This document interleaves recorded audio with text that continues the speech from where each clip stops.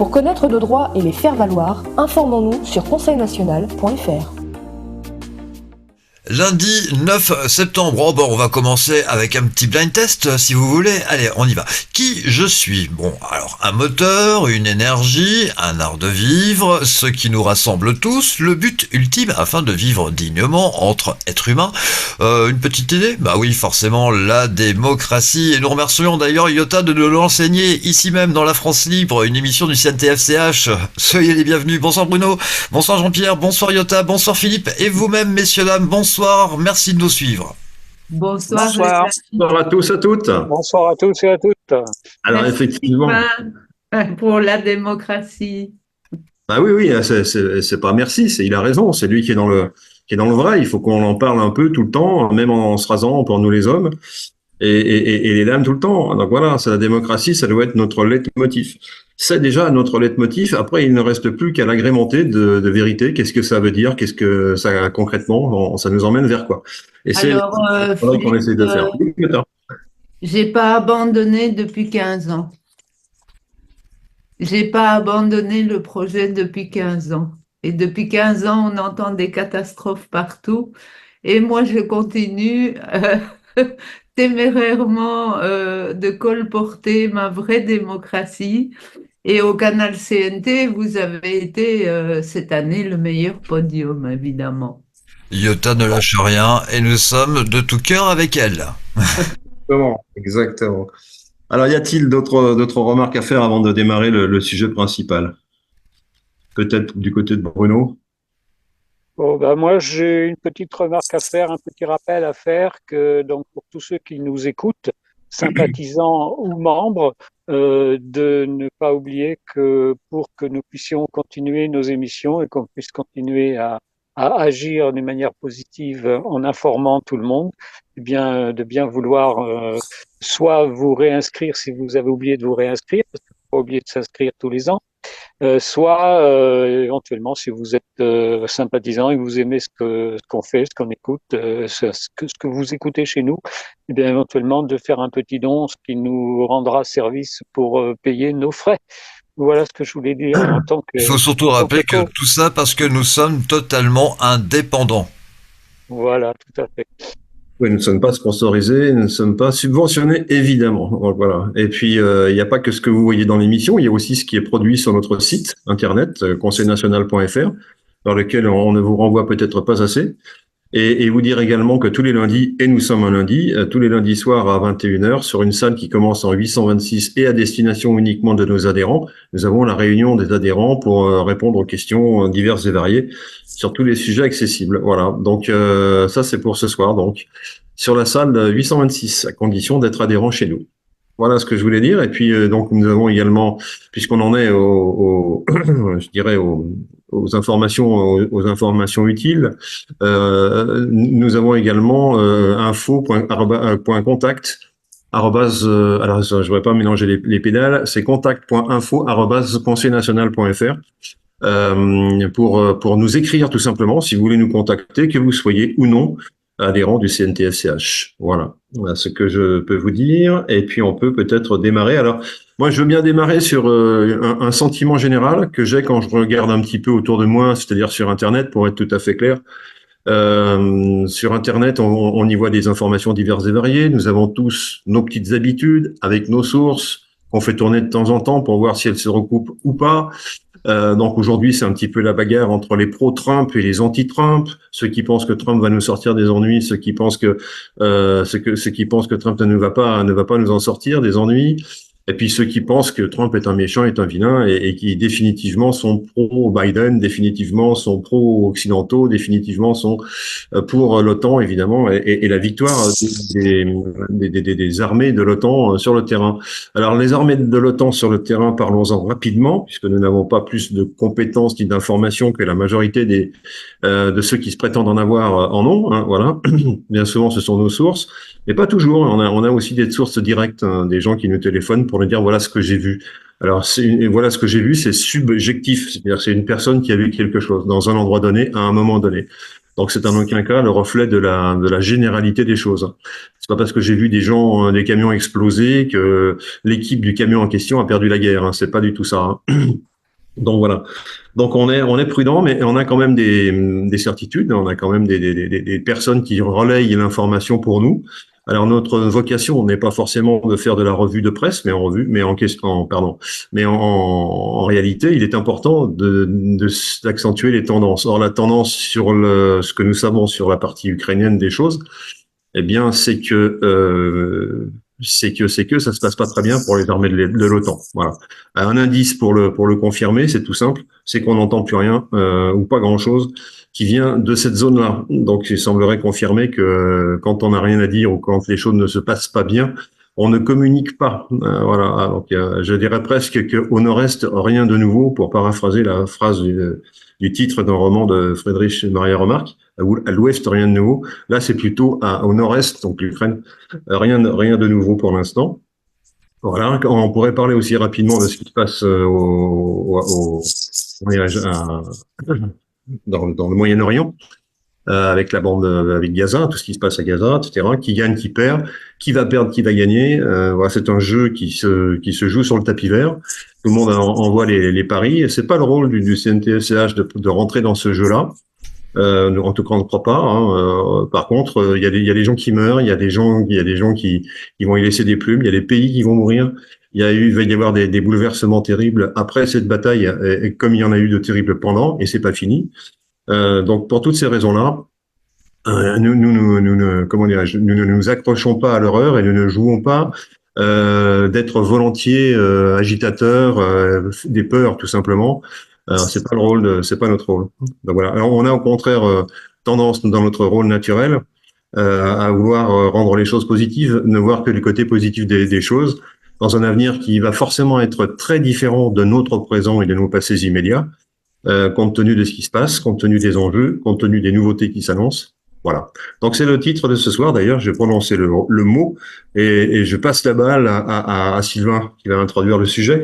Oh, ça va être trop facile pour moi maintenant. Hein. Quel est le rôle du CNTF-CH? Autrement dit, à quoi on sert? Alors Sylvain, il y a beaucoup de rôles au niveau du Conseil national de transition français Canal historique. Le premier rôle, avant de passer la parole à Philippe qui va développer tout ça, je voulais dire deux rôles très importants que le CNTCH peut avoir actuellement. C'est premièrement, ça a été pendant une certaine époque un rôle de lanceur d'alerte qui nous a permis d'informer la population, et on continue de le faire, sur le fait que la République, telle qu'on la vit actuellement, n'est pas la démocratie. La vraie démocratie, comme le dit souvent et comme l'a répété plusieurs fois Iota dans son livre, il n'y a que deux systèmes politiques qui existent dans le monde, c'est soit l'oligarchie, soit la démocratie. Et dans l'oligarchie, on peut mettre aussi la monarchie, parce que dans la monarchie, il y a toujours une cour autour du roi, donc il y a toujours des oligarques. Donc en fait, on vit dans un système qui est oligarchique, on ne vit pas dans une vraie démocratie. Et ça, nous l'avons dit, répété longuement et longuement, nous l'avons dit aussi au niveau juridique, ce qui fait qu'à force de le dire, les gens nous écoutent. Et on s'aperçoit souvent que les mots qu'on utilise, le fait de parler de changement de paradigme, le fait de parler de vraie démocratie, le fait de parler de laisser tomber la représentativité des citoyens, eh bien maintenant, ce sont des mots et des concepts qui circulent de plus en plus, pas un peu partout, même au niveau des plus hautes sphères de l'État. Ce qui est bien la preuve qu'on est entendu, on est écouté. Donc on a un rôle d'information, et ce rôle d'information, eh bien, il porte ses fruits petit à petit. Ça met du temps, mais petit à petit, les informations circulent. Deuxième rôle important, c'est qu'on est un pont finalement dans ce que nous faisons entre ce qui s'est passé il y a 2500 ans avec la vraie démocratie qui a existé à Athènes, avec malheureusement un certain nombre d'inconvénients qui font que malgré toutes les batailles que les Athéniens ont réussi à gagner pendant 140 ans, malgré ça, à une certaine époque, la démocratie a fini par tomber. Parce que justement, il n'y avait pas suffisamment de protection et pas suffisamment de force et de défense. Chose que nous pouvons actuellement éviter si nous rétablissons une vraie démocratie 2500 ans plus tard. Parce qu'on peut tirer des leçons de ce qui s'est passé dans l'Antiquité, d'autant plus qu'actuellement on a des moyens beaucoup plus importants d'information et de défense. Et donc, je peux penser par exemple à l'arme atomique que nous avons en France, ce qui fait que contrairement à ce qui s'est passé au moment de la Révolution française, où tous les autres pays ont essayé de nous tomber dessus, eh bien, on aurait, si on instaure une vraie démocratie en France, les moyens de se défendre. Voilà deux rôles importants du Conseil national de transition français canal historique que je ressors vraiment en premier d'après moi. Mais je passe la parole à Philippe. Alors, moi, je veux bien reprendre toutes les paroles que vous voulez, mais je suis pas maître de conférence. Et le sujet, c'est surtout de nous faire réfléchir les uns et les autres sur nous qui sommes des adhérents du CNTFCH, qui sommes simples adhérents et qui ne prétendons pas à d'autres postes que ça, puisque nous avons souvent dit qu'au sein du CNTFCH, il y en a pour tout le monde, il y a de la place pour tout le monde, mais qu'il n'y a pas de place à prendre. Ça veut dire quoi? Ça veut dire qu'il n'y a pas de place de chef, de sous-chef, d'adjoint de chef, de ce que vous voulez en chef. Ça marche pas. En démocratie, ça marche pas. Donc, il est hors de question de dire, voilà. Alors, il y a ceux qui pensent que ceux qui ont la parole, comme nous, là, maintenant, là, on est des chefs. Ben non, on n'est pas des chefs, on est juste des personnes qui essayons de réfléchir le mieux possible et qui, pour cela, font appel essentiellement, premièrement, à leur bon sens, premièrement, si tant est qu'il nous en reste encore un petit peu, malgré la propagande que nous subissons, et il nous en reste, et qui veulent donc aller de l'avant. Donc on fait appel à notre bon sens et deuxièmement on fait appel à l'histoire tout simplement pour ceux qui s'en souviennent. Et effectivement on se souvient que les Athéniens ont montré que le système démocratique fonctionnait bien, qu'il était reconnu dans tout le bassin méditerranéen et qu'il a été pendant plusieurs siècles, il est resté pendant plusieurs siècles un modèle, y compris pour des groupes de personnes politiquement réunies qu'on aurait pu appeler des royaumes, par exemple, dans le Moyen-Orient ou un petit peu plus du côté de l'Est, un petit peu partout autour de ce bassin méditerranéen. Il y a eu des réflexions sérieuses pour est-ce qu'on doit passer en démocratie ou est-ce qu'on reste sous le joug en tout cas sous la direction d'un monarque, fût-il éclairé, comme on a eu l'habitude de parler des monarques au XVIIIe siècle en France. Voilà, donc c'est toutes ces options qui ont été brassées et le plus gros brasseur de ces options, mais là je crois qu'il faudrait qu'on fasse rapidement quand même appel à IOTA parce qu'on est en train de marcher sur ces plates-bandes. Le plus gros diffuseur de ces options, ça a été en définitive Alexandre le Grand, qui a mis un terme à la démocratie athénienne telle qu'on l'a connue pendant 140 ans et qui, dans le même temps, a offert à tous les pays, toutes les villes conquises jusque dans l'Inde, la solution démocratique. Et cette solution démocratique, elle a été choisie par la majorité des villes rencontrées et qui ont été, entre guillemets, libérées par Alexandre le Grand. J'ai envie de dire même libérées sans guillemets, puisque les personnes qui étaient des esclaves dans ces villes-là sont devenus des citoyens grâce au système démocratique. Alors, j'aimerais poser la question, d'ailleurs, à Iota en 5 minutes. Est-ce que tu peux nous expliquer comment l'influence de la conquête d'Alexandre le Grand sur l'établissement de la démocratie partout où il est passé? Alors, Philippe, Alexandre le Grand, il n'a donné aucune leçon, hein.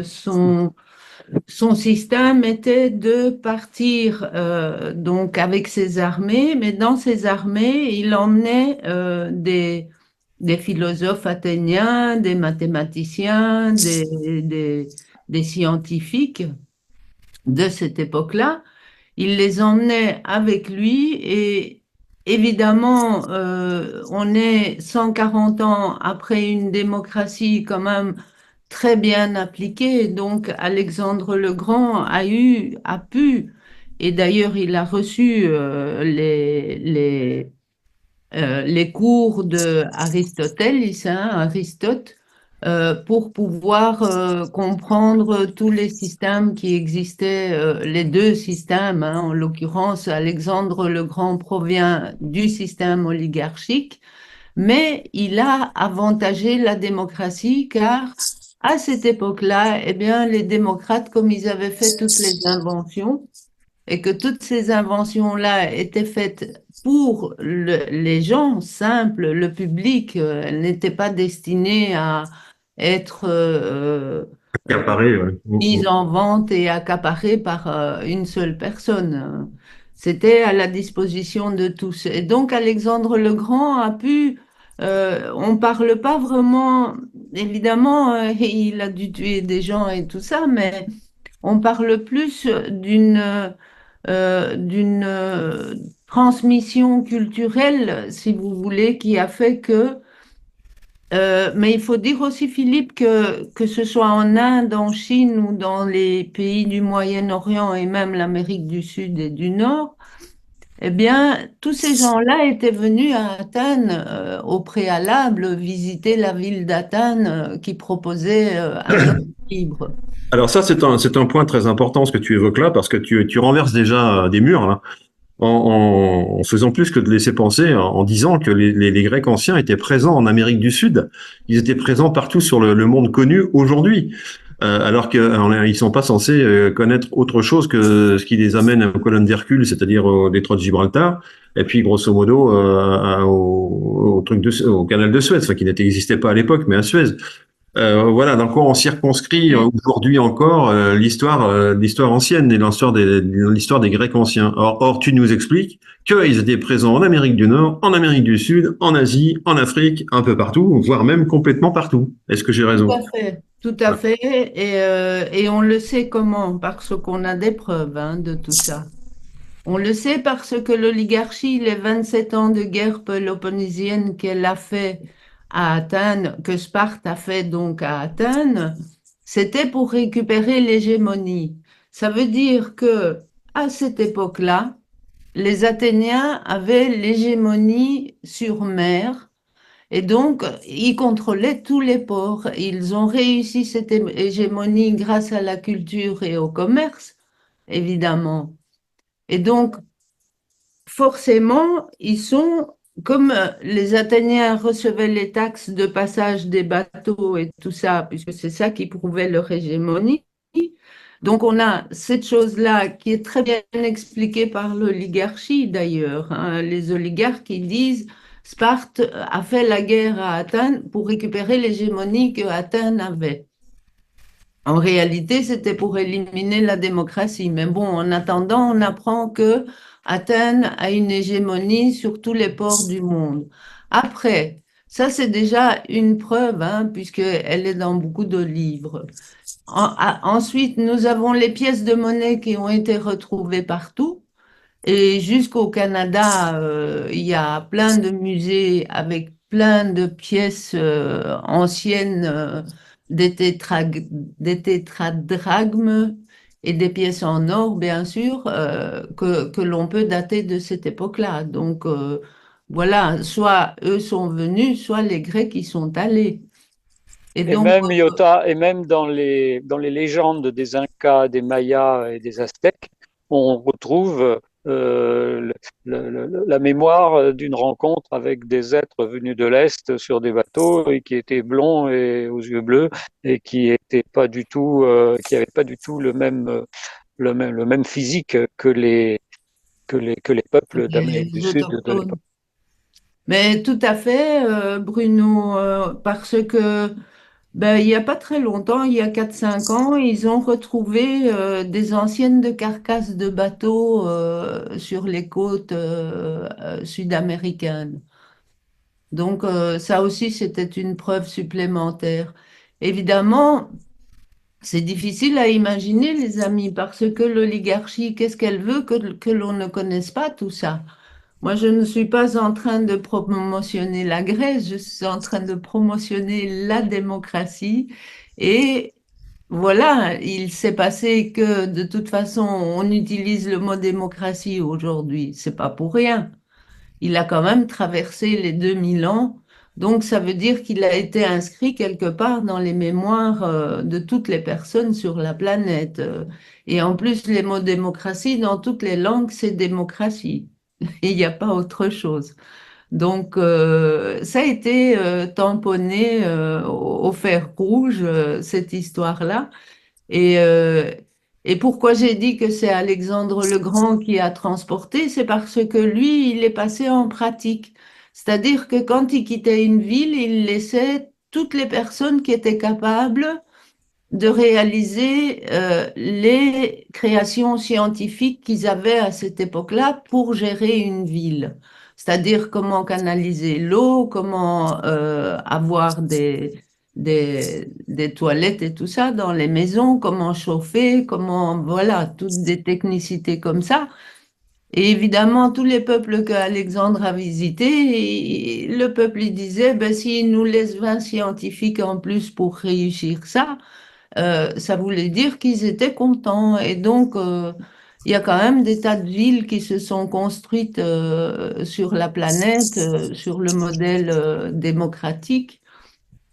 Et donc, voilà, Philippe, ça c'est un passage à retenir, c'est-à-dire que euh, nous devons passer à la pratique dans des toutes petites choses, peut-être, mais il est temps et il est important de passer à la pratique de toutes ces idées que j'expose dans le livre, hein, évidemment. Alors, merci pour ces précisions hyper sympathiques parce que très terre à terre et qui peuvent intéresser tout le monde, évidemment. Alors, pour continuer dans la logique du CNTFCH, par rapport à ce que tu viens de dire, on pourrait dire que nous sommes des apporteurs de solutions politiques. C'est-à-dire en dehors de l'oligarchie, il n'y avait pas grand-chose. C'était l'oligarchie ou l'oligarchie, quoi. Et puis arrive un jour cette idée géniale de démocratie, donc ça devient la démocratie, qui n'est pas un parti politique, qui devient un art de vivre en quelque sorte, hein, qui conduit en tout cas vers un art de vivre, à condition de respecter certaines règles. Alors donc on devient un porteur de solutions politiques au sein du CNTFCH, en intégrant au sein du CNTFCH, qui avait déjà réfléchi à un certain nombre de questions, les notions que nous apporte Iota dans son livre, qui sont des notions tout à fait novatrices, nouvelles, et porteuses de bien plus d'espérance que ce que nous avions imaginé nous-mêmes. Voilà ce que c'est que d'apporter des solutions politiques. C'est quand on fait des associations avec des personnes qui ont des idées, qui ont fait des études, qui ont étudié des solutions du passé et qui trouvent des solutions politiques dans le passé pour le présent. Voilà ce que je voudrais simplement dire. Oui, Et puis, et juste avant que Jean-Pierre parle, Philippe, je voulais ajouter que, évidemment, on ne parle pas de refaire cette démocratie athénienne comme elle était à l'époque, hein. On doit l'adapter à aujourd'hui. C'est-à-dire qu'il faut garder certaines recettes de cuisine et les réadapter aujourd'hui. Voilà, c'est ça, tout. c'est le rôle de la transition que nous appelons de nos voeux, que nous allons conduire. Dans la transition, nous avons un plan, tout simplement, un plan de la transition, dans lequel, effectivement, on a listé un certain nombre de choses qui n'auraient pas du tout existé du temps de l'Athènes antique. Pardon. Et donc, on s'adapte, bien sûr, mais la réciproque est donc vraie, c'est-à-dire qu'on va aller chercher dans ce qu'ont fait les anciens des choses qui vont nous intéresser également, et ce mélange que naît un futur fécond, quoi. Voilà, fécond de bonheur et fécond de plein de choses bien. Voilà. La structure qui a été prévue, qui a été organisée par le Conseil national des traditions français Canal historique, permet d'adapter ce qui se passait dans une ville de 80 000 habitants qui était Athènes à un pays de 68 millions d'habitants, en démultipliant aussi bien au niveau local, au niveau des communes, qu'au niveau départemental ou au niveau national, la structure vraiment démocratique qui a pu exister à Athènes. Et en l'adaptant, avec les moyens de communication modernes et actuels, tels que Internet, la vidéo, etc., et qui permet au peuple de pouvoir vraiment savoir en temps réel ce qui se passe, ce qui aurait été difficile à l'époque d'Athènes. Donc là, dans un pays de 68 millions d'habitants, grâce à la télévision, grâce à tous ces moyens-là, on peut vraiment organiser une démocratie complète et totale, une démocratie absolue, à partir du moment où on a les moyens d'information du peuple et que le peuple peut se prendre en main lui-même à tous les niveaux, à tous les étages de la société. Et ce qui est marrant, c'est d'avoir entendu ce nouveau Premier ministre Michel Barnier, l'autre jour dans son discours, dire que, alors ça, moi, ça m'a fait sourire, dire que il reconnaît que beaucoup d'idées de bon sens et d'idées très intéressantes viennent de ce qu'il a appelé les gens d'en bas. Et ça m'a fait sourire parce que ça montre là aussi que les idées évoluent un tout petit peu quand même. Bruno, je voulais rajouter que on a la technologie, hein, c'est certain qu'on a la technologie, mais le basique, la technique basique pour se réunir comme à l'époque, et peut-être qu'un jour on y sera obligé, c'est de retourner dans nos mairies et d'organiser nos mairies. Et Oui, ça, au-delà de l'Internet. Oui, le retour aux mairies paraît dans un premier temps nécessaire. Il y a un tas de choses qui nous paraissent nécessaires et urgentes parce qu'on raisonne avec des moyens techniques qui sont du passé ou même du présent, mais qui ne seront pas forcément du futur. On fait le pari aussi que dans le futur, les moyens de communication seront beaucoup plus sécurisés, parce qu'aujourd'hui, on ne sait garantir ce qui est vrai de ce qui est faux, ne serait-ce qu'à l'image. Quand on voit M. Trump, on se demande si c'est lui ou si c'est si ça n'est pas lui, si c'est donc son frère, comme dirait l'autre. Donc tout le monde a son petit clone, donc c'est difficile de procéder à l'identification. Et pourtant, on a besoin que de ça pour faire de la démocratie, c'est d'identifier qui va voter. Voilà, ça a la moindre. Et Philippe, il y a aussi la manière de discuter dans une commission démocratique de citoyens. Et la manière de discuter, c'est quelque chose qui est complètement nouveau, qu'il faut réinventer. On n'a plus de majorité d'opposition. On a ce que Jean-Pierre nous a expliqué souvent, des cercles de parole où chacun prend la parole l'un après l'autre. Et en fait, on n'apporte que du positif. Et il n'y a pas d'opposition. On arrive à des résultats qui peuvent arriver à des consensus d'une manière beaucoup plus calme et beaucoup plus posé. Et c'est comme ça qu'on peut arriver à des résultats où on a plus que 67% de votes positifs au niveau de la manière de fonctionner dans une réunion démocratique. Alors justement, à ce propos-là, on irait tous en prison, en tout cas Bruno et moi, parce qu'on a monopolisé la parole, alors que Monsieur Jean-Pierre la demande depuis un certain temps, et qu'en démocratie, on doit respecter les temps de parole. L'ordre est rétabli, tout va bien. Oui, abolition des prisons et réflexion sur la responsabilité des actions. Bon, alors je voudrais dire que notre rôle est celui qui me tient à cœur pour le moment, c'est d'être comme des ouvreurs de réflexion, des gens qui vont redéclencher le fonctionnement naturel, des déclencheurs ou des accélérateurs du sens heureux, fonctionnement des aptitudes. C'est-à-dire que tout le monde est capable non seulement de réfléchir, de communiquer, de coopérer avec les autres, et peut-être que le peuple a oublié au point de déléguer des représentants. Or, notre premier rôle avant d'instituer la nouvelle démocratie, les nouveaux paradigmes, nous sommes des ouvreurs, des gens qui, même s'ils ne sont pas d'accord, montrent qu'ils sont capables de discuter entre eux et de trouver un accord commun. Et puisque c'est possible, à ce moment-là, le peuple va réaliser qu'il peut se gouverner lui-même, qu'il lui suffit juste de s'installer dans des cercles de parole et d'entendre les autres et de donner sa vérité à son tour. Ça, évidemment, chacun a son tour de pouvoir parler. Pour moi, nous sommes des ouvreurs de réflexion. Voilà. Merci d'avoir entendu. Fort bien. Alors, parmi les choses que nous sommes, voilà, quel est le rôle du CNTFCH, donc? Moi, je pense qu'il a un outil important, un petit peu comme les bateaux grecs dans l'Antiquité ont apporté une différenciation technologique qui leur a permis d'être les patrons sur les mers aussi bien au niveau commercial qu'au niveau militaire. Eh bien, on a nous le droit avec nous, c'est-à-dire qu'on emmène avec nous un droit qui existe mais qui est mal utilisé, voire même pas utilisé dans certains cas précis, ou contre-utilisé, hein, qui est foulé aux pieds carrément. Hein.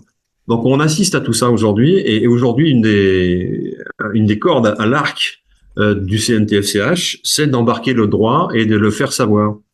Et là aussi on est écouté. Alors tu parlais de Monsieur Barnier qui disait que il y avait chez les petites gens des choses intéressantes à prendre. C'est un peu l'hôpital qui se moque de la charité, car tous ces messieurs qui sont arrivés très haut dans la hiérarchie politique l'ont fait bien souvent au détriment des libertés individuelles de chacun d'entre nous.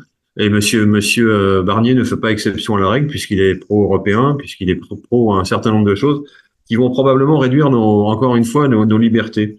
Mais bon, le droit, encore une fois, le droit c'est un moyen classique, c'est un moyen connu, mais c'est un moyen qui est mal utilisé et que nous avons remis au goût du jour, j'espère en tout cas, au sein du CNTFCH, grâce à la compétence de certaines personnes qui ont décidé qu'il fallait le faire respecter, et elles ont, de ce point de vue, tout notre soutien.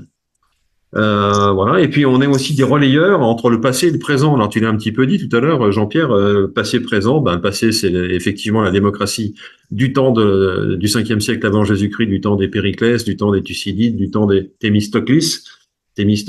Voilà, toutes ces personnes qui sont passées dans la légende, on va dire, mais qui pourtant n'ont bien vécu de chair et d'os. Ça n'était pas des dieux ou des demi-dieux, c'était des êtres humains. Hein, voilà, c'est ça qu'il faut bien apporter, sachant qu'on pourrait revenir sur la notion de dieu et de demi-dieu, mais c'est pas le sujet de ce soir.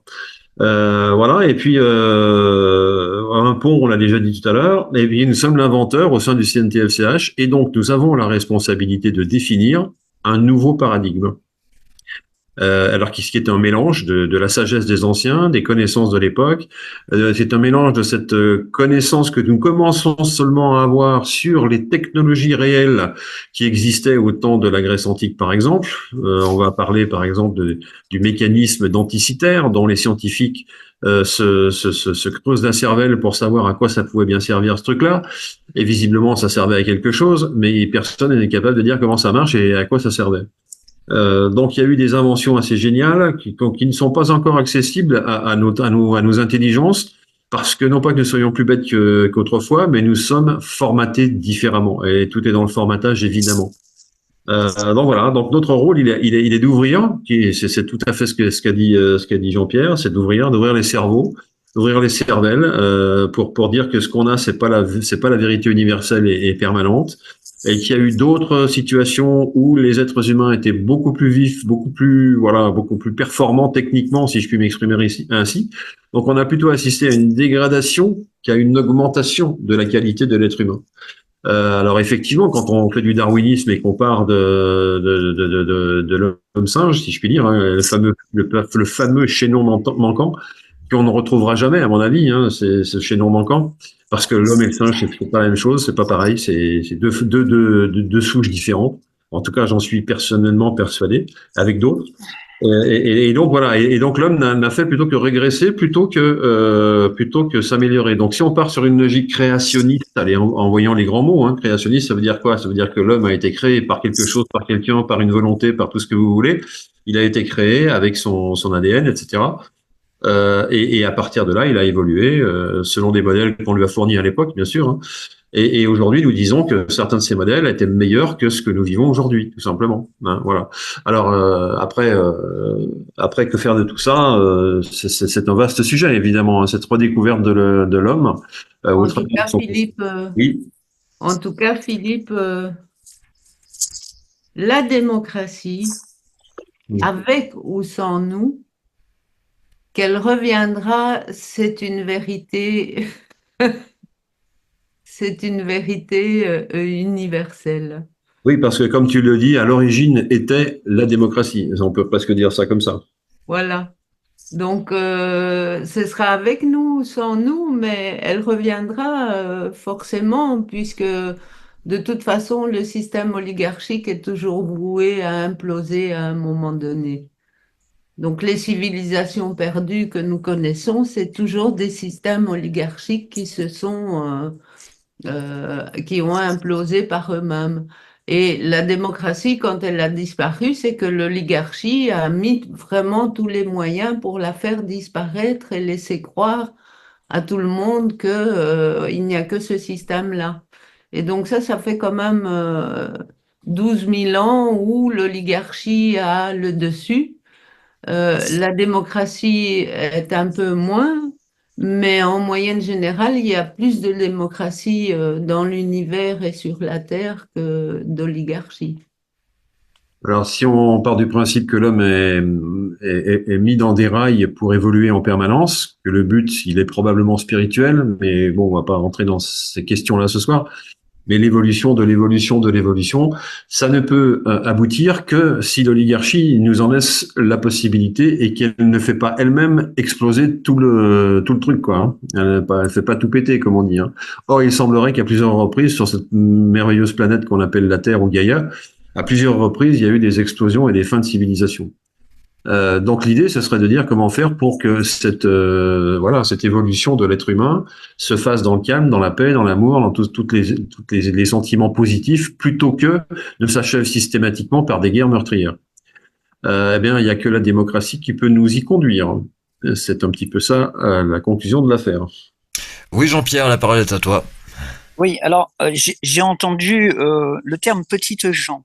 Pour moi, il y a des gens humbles qui accomplissent leur œuvre aussi nécessaire. Il y a autant besoin de balayeurs, de gens qui nettoient humblement chaque jour des lieux qui se salissent aussi vite qu'ils se nettoient, ou même plus vite. Il y a des gens humbles. Il n'y a pas de petites gens ni de grandes gens. Il y a des gens, il y a des êtres qui sont plus ou moins humbles et qui se montrent plus ou moins. Alors, premièrement, il n'y a pas de place pour les sous-fifres au Conseil national de transition français Canal historique. Il y a juste de la place pour tout être libre, autonome, je préciserai autonome tout à l'heure, responsable, solidaire et uni. Responsable, solidaire et uni. Et autonome, ça veut dire se connaissant soi-même, autonome, la connaissance de soi. Ça ne veut pas dire pouvoir se passer des autres, ça veut dire connaître en quoi les autres peuvent nous être utiles et en quoi nous pouvons être utiles aux autres. Donc, il y a des êtres humbles, des êtres simples qui accomplissent leur rôle sans se faire prévaloir, voilà. Et on appelle ça les petites gens. Moi, j'appelle ça des êtres. Voilà ce que je voulais dire par rapport à ça. Donc, je vais rappeler, il y a place pour tout être libre, autonome, responsable, solidaire et uni. Merci. Quelle belle conclusion. Ah non, on va conclure autrement si vous voulez bien. Je vais vous poser une petite question. Comment dit-on émission en démocratie? Émission Oui. en démocratie. Tu l'as dit tout à l'heure, Yota. Transmission culturelle. Et notre prochaine transmission culturelle avec le Conseil national de transition français Canal historique, eh bien, ce sera dans 48 heures, mercredi, aux alentours de 19h30. Merci à vous, merci Yota, merci Philippe, merci Jean-Pierre, merci Bruno, et merci également à vous-même qui nous regardez et nous suivez. Excellente soirée, rendez-vous mercredi.